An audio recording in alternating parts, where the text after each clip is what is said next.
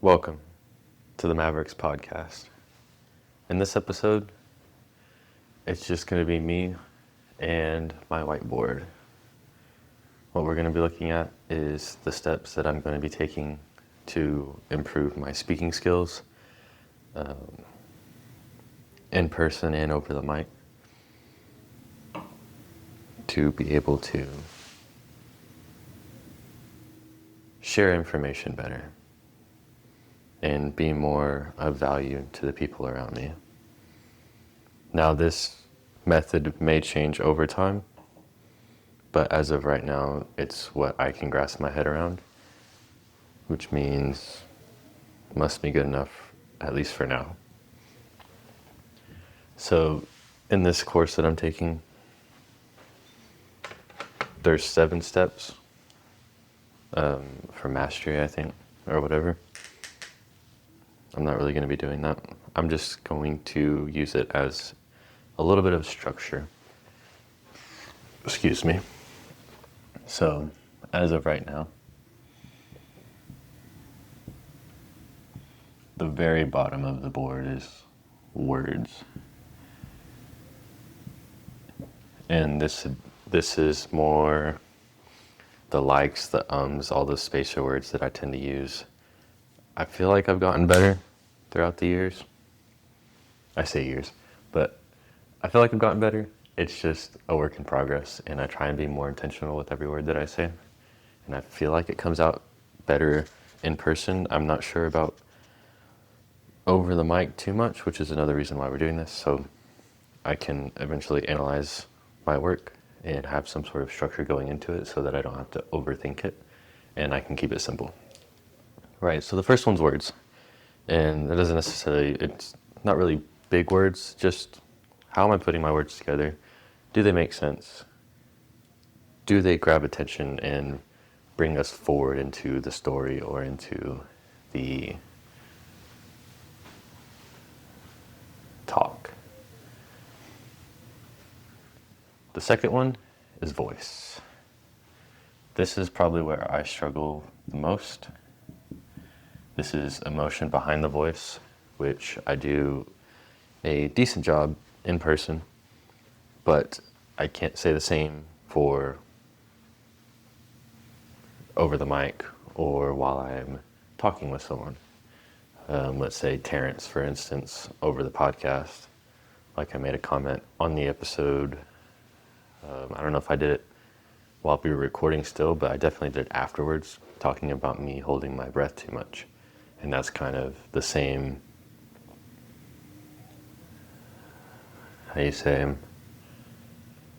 same concept, right? So I was holding my voice a lot, and I'm not really sure why. I don't know if it was maybe nerves or something, but it happened throughout the entire podcast episode. So that's something I definitely want to change, and I'm pretty conscious of it right now. But the spacing, emotion behind the words,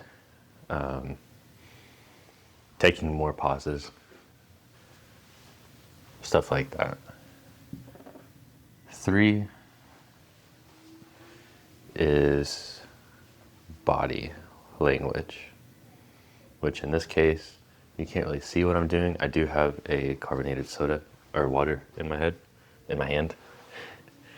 So I am moving my hands around, but there is not something recording that I can look back later and look over it. So in this case, it won't be very helpful for this specific video, but in future videos, hand gestures, hand movements, body language, stuff like that is pretty important.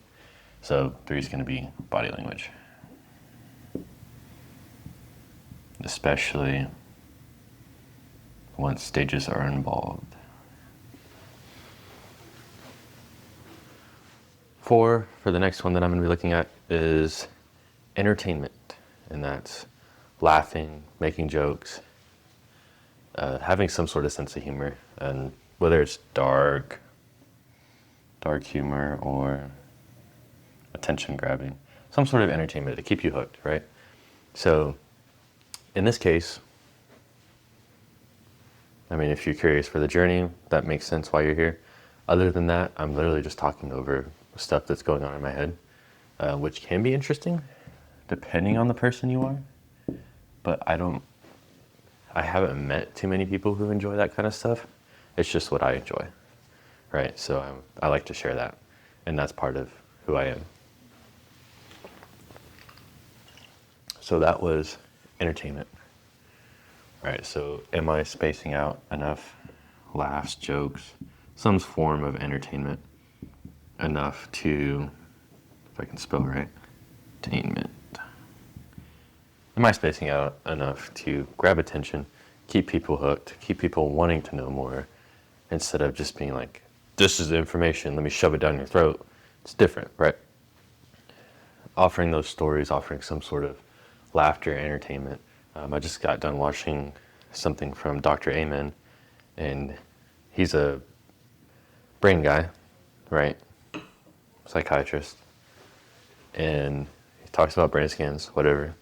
But he's introducing, and he says it with a straight face, was just incredible. But he introduces some jokes and anything that he's talking about, and people laugh, people lighten up. It keeps your attention grabbed, and a lot of them were pretty funny. So, rehearsing that stuff, and it still comes off as authentic, right? Even if you practice it, it's like a comedian, right? They practice their jokes before they go on stage. Sometimes maybe it's a little improv, but still the basis, right? So some sort of jokes that you can rely on, or entertainment that can grab some sort of attention. And then the last one I don't really need to put on here, but it's influence. And the reason why I say I don't need to really put it on here is because influence follows from the other four. And then 6, I guess, would be mastery. But influence kind of carries on from the 4 above. If you do all 4 right, in a good way, you build that influence. Influence just means people trust you, and people are willing to follow you. And that's ultimately the goal for me. Not in a bad way, but I want to be able to share information that people can actually take in and do something with their lives, right? And not to say that people aren't successful now. I'm just saying, if there's some sort of value that I can provide, I want to give it. And it just makes me personally feel better. So, influence. And then you can kind of branch influence off into something that Maxwell said, which is it's 3 points. Is the audience asking basically in their minds, right, when you come up to the stage, do I know you? Do I trust you? And do you care about me?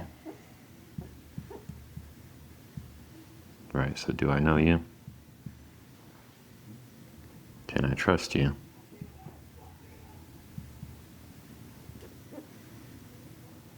And do you care about me?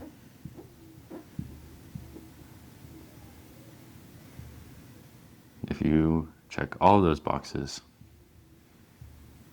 you're going to carry some sort of influence to the people that you're talking to. So if someone feels like they know you, they feel connected to you. If they trust you, they are more open with you, which means that connection barrier is even lessened. And then, do you care about me? Obviously, if you don't care about someone, it's kind of hard to get them to open up, right? So you want that connection there. And they're all 3 of these questions are built around some sort of connection to the other person, which is very important. So, do I know you? Can I trust you? And do you care about me? And that is the goal of influence, which ultimately carries through the other 4 points: words, voice, body language, and entertainment. So this is kind of the approach that I'm going to be taking with analyzing my own videos. And then if there's comments or something, I'll look at those as well and be like, oh, that's a good point. Or if someone's really upset with me for some reason, maybe I'll take that into account. Never know. But yeah, this is a pretty short episode. I just wanted to go over that so I have it out in the open and out of my head.